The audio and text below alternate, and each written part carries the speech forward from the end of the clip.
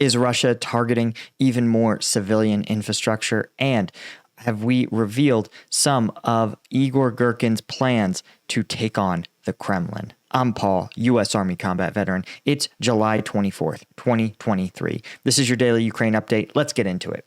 Okay, first, there's actually no updates to the control map, but in the combat map, you can see Russian forces continuing to launch a series of attacks ranging from Bilohorivka, a bunch of counterattacks in and around Bakhmut, and of course, a whole lot of offensive efforts around Donetsk, none of which are achieving any particular notable results. The only thing that is noteworthy is over here in Odessa, there are reports of a number of explosions or anti-aircraft systems going off. But why Odessa, right? This is an area where we haven't seen much combat. And we'll talk about that in a second. We also, of course, want to take a look at War Mapper, who's got no reported control updates since the last update yesterday. Before, of course, we get into that, be sure to check out combatvetnews.com. Our latest members-only content was a really interesting look at Chechen forces Ukrainian-aligned Chechen forces conducting an insurgent-style ambush, something that was really commonly used in Iraq, Afghanistan, and the Second Chechen War. And to see how this tactic has evolved was really cool. So if you want to support the channel and check out the uncensored combat videos, you want to go to combatvetnews.com and become a member. Any one of these tiers will get you access. Okay. Let's talk a little bit more about, first, Igor Girkin. This is a former FSB agent who's been indicted by The Hague, who also has pivoted and become a pro-war blogger. But where things are interesting is that Girkin also organized his fans and followers into the Angry Patriots Club. This is a club of ultra-nationalist Russians unified by their view that Russia needs to be more aggressive, more militaristic, and more imperial in its conduct. Of course, this is a organization that Girkin heads, but certainly has a lot of infrastructure and can continue without him, even while he's detained. In fact, one of the leaders claimed on July the club had developed a strategy and specific action plan to defend Girkin and will be relying on grassroots supporters for help. This is sort of the reason probably that Girkin was able to spread his views so openly, even when they were at odds with the Kremlin, was because he was just so popular, especially among the key demographic for the Kremlin, ultra-nationalists. A Russian inside source said that Girkin actually had planned to start formal legal procedures to create a political party in the spring of 2024. They said that Girkin allegedly discussed with the club members holding a founding party congress and forming regional branches. The club also published a 17-point political resolution, which sort of signaled an interest in Russian politics. The club's resolution explicitly states that it wants to use legal means to compel Russian leadership to, quote, end the policy of appeasement and behind-the-scenes agreement with the West, and declared the club's intention to claim political power. This, of course, indicates that the pro-war community wanted to see the Kremlin become more hostile vis-a-vis the West, and more importantly, that Girkin wanted to challenge the Kremlin directly for influence, especially in Russia's 2024 presidential elections. Again, it's worth noting that some of these elections, obviously, a party that poses too much of a danger won't be allowed to run, but some elections in Russia, likely local ones of low consequence, may actually look somewhat free and fair. But more important than this is that the Patriots Club clearly meant to take on the Kremlin and its policies, probably in order to shift the Russian policy to the right, more aggression, more extreme, more militaristic. So in all likelihood, whatever Girkin is charged with is probably just a farce. It's probably just an excuse to lop off the head of what was quickly, the Kremlin likely worried, becoming another Wagner Group type club or that was organized, capable, and engaged, right? And it seems likely that unlike Wagner, who relied on their comparative strength as a military organization, the Angry Patriots Club probably wanted to rely on its strength as a political and influence organization. But nonetheless, the Kremlin almost certainly saw this as a threat. Now, what I thought was interesting is that the U.S. forces the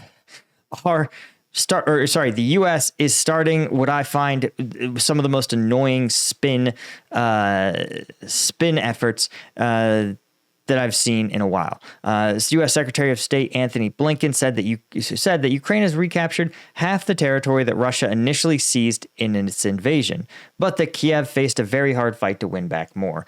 And, if there's one thing that I think we can be confident in, especially when it comes to U.S.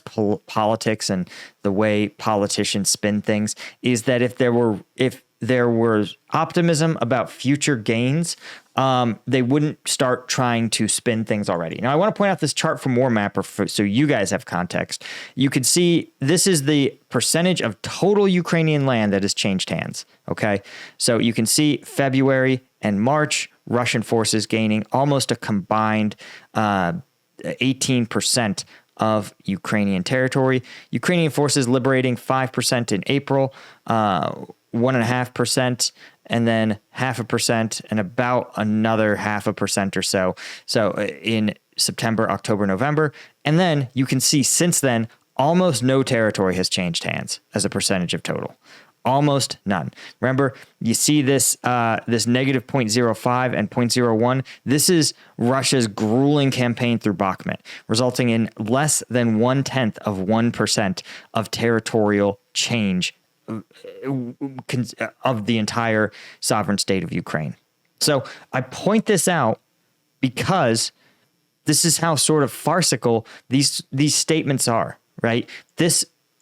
Ukraine has taken back about 50% of what was initially seized as of April. The fact that they're rolling it out now indicates to me that the actual assessment is likely not very optimistic. Right, they're saying, oh, it's tough. It's not going to play out over the next week or two. We're looking at several months. Even Zelensky acknowledging it was slower than desired. And of course, there's still talk of getting U.S.-made F-16 fighters. Blinken said it would happen, but it was at least 18 months away. So I wanted to point this out because, again, this is a very Western way of spinning these events. Another event that unfortunately is not just political grandstanding is the Russian missile attack on Odessa. Odessa is the port city, you can see well away from the front line, that is a hub for Ukrainian shipping, particularly shipping grain, one of their biggest exports. And Russia has withdrawn from the grain deal, and as a result has begun to strike Odessa, including attacking a historic site, the iconic downtown cathedral, which it appears that they have destroyed. Right, it's Odessa's largest Orthodox church building, consecrated in 1809, and it seems very unlikely, given Russian precision weapons are not that precise, but it's still tough to see stories like this simply because, again, these are historic sites. They're not. They don't have any military value, and you can see here is the cathedral. Let's see if we can zoom it out. This is not correct at all. Let's see if we can find it in Odessa. Come on, Google. You guys can do it. Nope. Google. Oh, here it is. Okay, let's see where it is.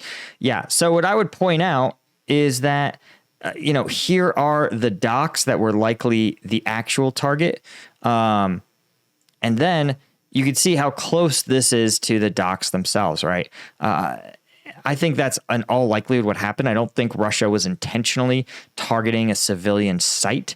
I think Russia's precision missiles are just not that precise by U.S. standards, right? They look like it's around 1,000 feet or around 300 meters from the actual target, which is probably these rail lines that are pushing in and out of that allow traffic, or grain in this case, to get loaded onto ships. So I think that was the intent. Probably Russia threw a lot of missiles at the problem. Probably, in all likelihood, one of them hit this historic site. But you guys can also see, like a lot of downtowns, you have the port, but then you have a very, very historic downtown extremely nearby. So I think that's what happened. I don't think it's Russia being pointlessly reckless. I don't think they're targeting civilian infrastructure. Well, they're targeting civilian infrastructure, but I think their target was the ports, and they just made a mistake. Still, disrupting food shipments globally is not exactly a great guy move. Like, don't get it twisted. It's a sign, again, I think, that Russia is increasingly looking to apply pressure to Ukraine. And I think both sides in this conflict are starting to ask themselves, what does winning actually look like? Anyway, guys, that's all I had for you. Thank you, as always, to the members of combatvetnews.com, especially our Colonel tier members and our Lieutenant tier members. I really couldn't do this without you guys. I appreciate you so much. And I will see you tomorrow in the next one.